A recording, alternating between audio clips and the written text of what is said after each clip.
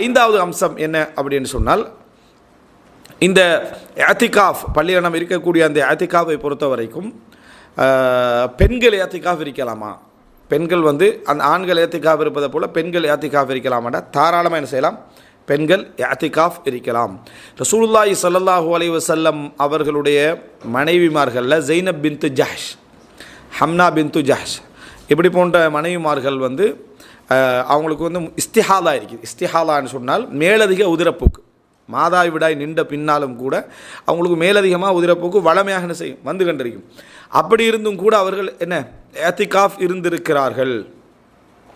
சில பொழுதுகள் அதீத உதிரப்போக்கின் காரணமாக அது கீழே வடிந்து விடலாம் என்பதற்காக ஒரு தட்டு வச்சுக்கிட்டு கூட என்ன செஞ்சாங்க, அவங்க அங்கே பள்ளியில் இருந்து தொழுதிருக்கிறார்கள் என்று பெண்கள் பதிலிருந்து வருது.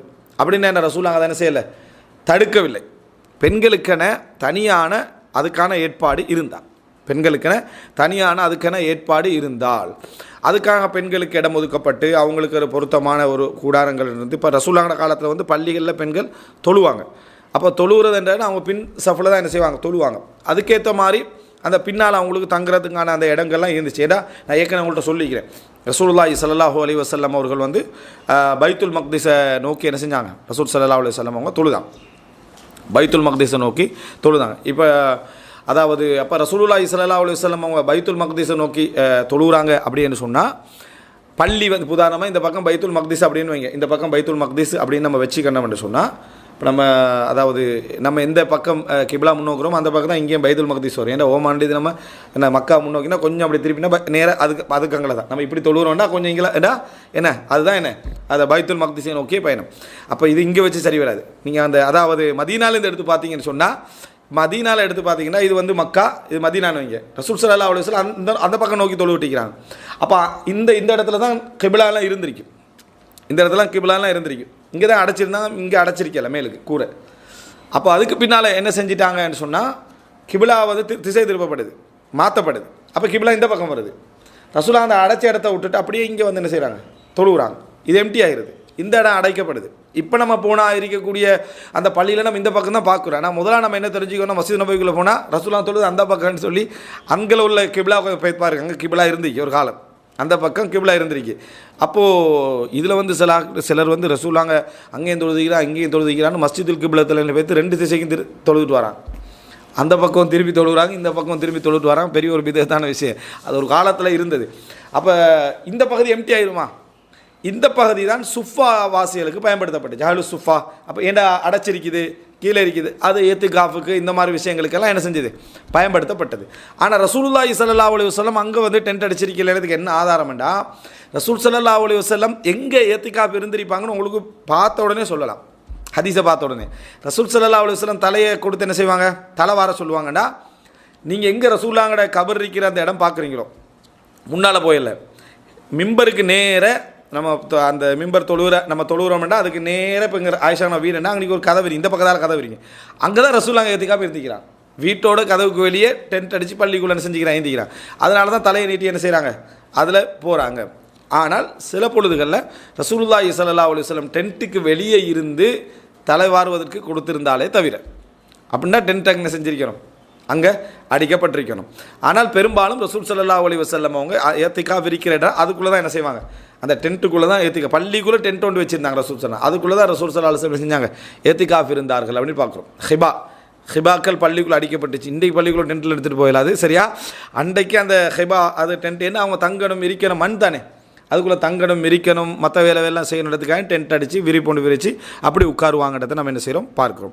அப்போது பெண்கள் அந்த பகுதியில் தான் என்ன செஞ்சாங்க, இஅ்திகாஃப் இருந்தால். அப்போ ஆண்களுக்கு வேறுதா இடம், பெண்களுக்கு வேறுவா இடம் இருந்துச்சு. ஆனால் ஏனைய பெண்கள் பள்ளியில் இஅ்திகாஃப் இருந்தாங்கிறதுக்கு நேரடி செய்தி இல்லை. ஆனால் ஒரு செய்தி வருது, ஒரு பெண்ணுக்கு ரசூலுல்லாஹி ஸல்லல்லாஹு அலைஹி வஸல்லம் பள்ளியில் ஒரு கூடாரம் அடித்து கொடுத்தார்கள். ஒரு பெண்ணுக்கு கூடாரம் அடித்து கொடுத்தாங்க, அவங்க பள்ளியில் தான் என்ன செய்வாங்க, தங்குவாங்க அப்படின்ற ஒரு செய்தியும் வருது. இப்படி சில சம்பவங்கள் என்ன செய்யலாம், இருந்திருக்கலாம். அவங்களும் இஅ்திகாஃப் என்ன செய்யலாம், இருந்திருக்கலாம். அப்போ எனவே பெண்கள் தாராளமாக பள்ளியில் இஅ்திகாஃப் இருக்கலாம். சரி, அடுத்த பகுதி ஆறாவது விஷயம் வந்து இஅ்திகாஃப் இருக்கக்கூடியவர்கள் வீட்டில் இஅ்திகாஃப் இருக்கலாமா, பள்ளி எந்த இடங்களில் இஅ்திகாஃப் இருப்பது, எந்த இடங்களில் இஅ்திகாஃப் இருப்பது அப்படின்றதில் வந்து எல்லா இடத்துலையும் இஅ்திகாஃப் இருக்கலாம் அப்படி என்று சொல்கிறவங்க இருக்கிறாங்க. அது ஒரு பொருத்தமான நிலைப்பாடு இல்லை. எல்லா இடத்துலையும் ஏத்துக்காஃப் ஒருத்தர் வண்டியில் போய் திட்டிக்கிறாரு, அவர் நான் ஏத்துக்காஃப் இருக்கிறேன்னா ஏத்துக்காஃபுக்கு ஒரு அர்த்தம் என்ன செஞ்சிடும், இல்லாமல் போயிடும். ஒரு பெண் வீட்டில் இருக்கிறா, வீட்டில் தான் ஏத்துக்காஃப் இருக்கிறாங்க, கிச்சன் வேலை செய்கிறாங்க, அது வேலை செய்கிறாங்க, போகிறாங்க வராங்க, இருக்கிற கதையெல்லாம் காய்க்கிறாங்க, ஆனால் என்ன தான் ஏத்துக்காஃப் இருக்கிறாங்களா? சரியா? அதெல்லாம் ஒரு ஏத்துக்காஃப் இல்லை. சில பொழுதுக்கெல்லாம் வீட்டில் முசல்லா தொழுகிறதுக்கு ஒரு இடம் ஒதுக்கிப்பாங்க, அதுக்குள்ளே என்ன செய்வாங்க, ஏத்துக்காஃப் இருப்பாங்க. இப்படி சில நடைமுறைகள் இருந்து தான் இருக்குது, இல்லாமலாம் இல்லை. ஆனால் மார்க்க ரீதியாக அதுக்கான எந்த ஆதாரங்களும் இல்லை.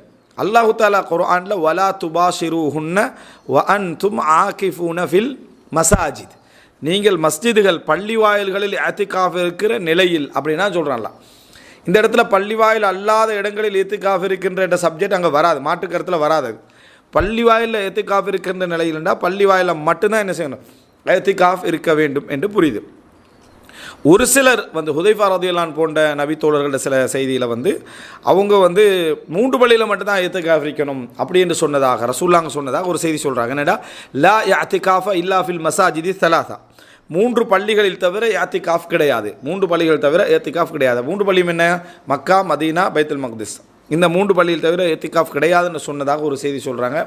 ஷேக் அல்பானி அந்த நிலைப்பாட்டில் தான் என்ன செஞ்சார் இருந்தார், ஏத்திகாஃப்னா அந்த 3 பள்ளி வேலை தான், இல்லைண்டா என்ன ஏத்திகாஃப் இல்லைன்னு சொல்கிறது. ஆனால் அல்லாஹு ஆலம் அந்த கருத்து தவறான ஒரு நிலைப்பாடு. காரணம் அல்லாஹு தாலா குர்ஆனில் அன்தும் ஆகிஃபூன ஃபில் மசாஜித், நீங்கள் பள்ளிகளில் ஏத்திகாஃப் இருக்கிற நிலையில் அல்லாஹு தாலா சொல்கிறார்.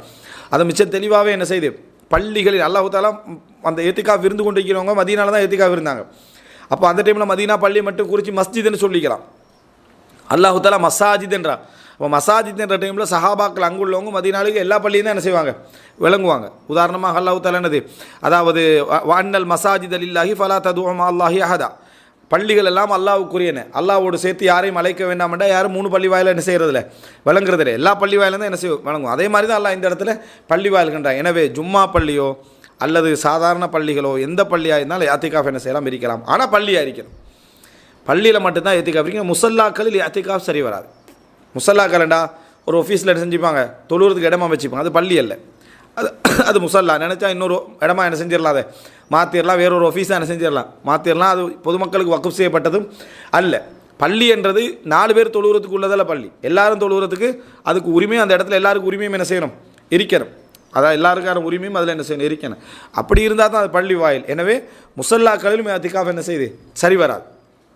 அதாவது இப்போ ஏத்திகாஃப் என்றது பள்ளி வாயில்களில் ஜும்மா நடந்ததோ இல்லையோ எல்லா பள்ளி வாயில்களையும் ஏத்திகாஃப் இருக்கலாம். வீட்டில் ஏத்திகாஃப் என்றது பிழையான தவறான ஒரு நிலைப்பாடு.